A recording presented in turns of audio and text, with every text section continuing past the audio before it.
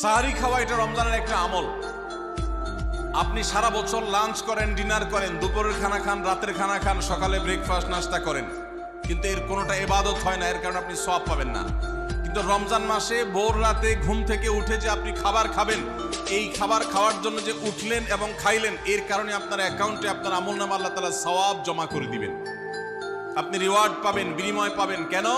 কারণ নবী করিম সাল্লাল্লাহু আলাইহি সাল্লাম বলেছেন, তাসাহহারু ফাইন্না ফিস সাহুরি বারাকাহ।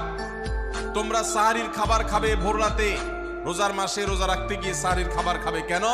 কারণ সাহারির যে খানা, এই খানাতে আল্লাহ তাআলা বরকত রেখেছেন।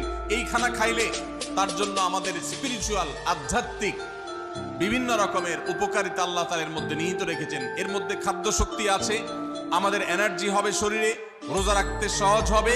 এর পাশাপাশি সাহারির খাবারে আলাদা একটা বরকত আছে, শেফা, বহুবিধ উপকারিতা আমাদের শরীরের, আমাদের মনের জন্য আল্লাহ তাআলা রেখেছেন। এই জন্য সাহারি খাওয়াটা আলাদা একটা ইবাদত।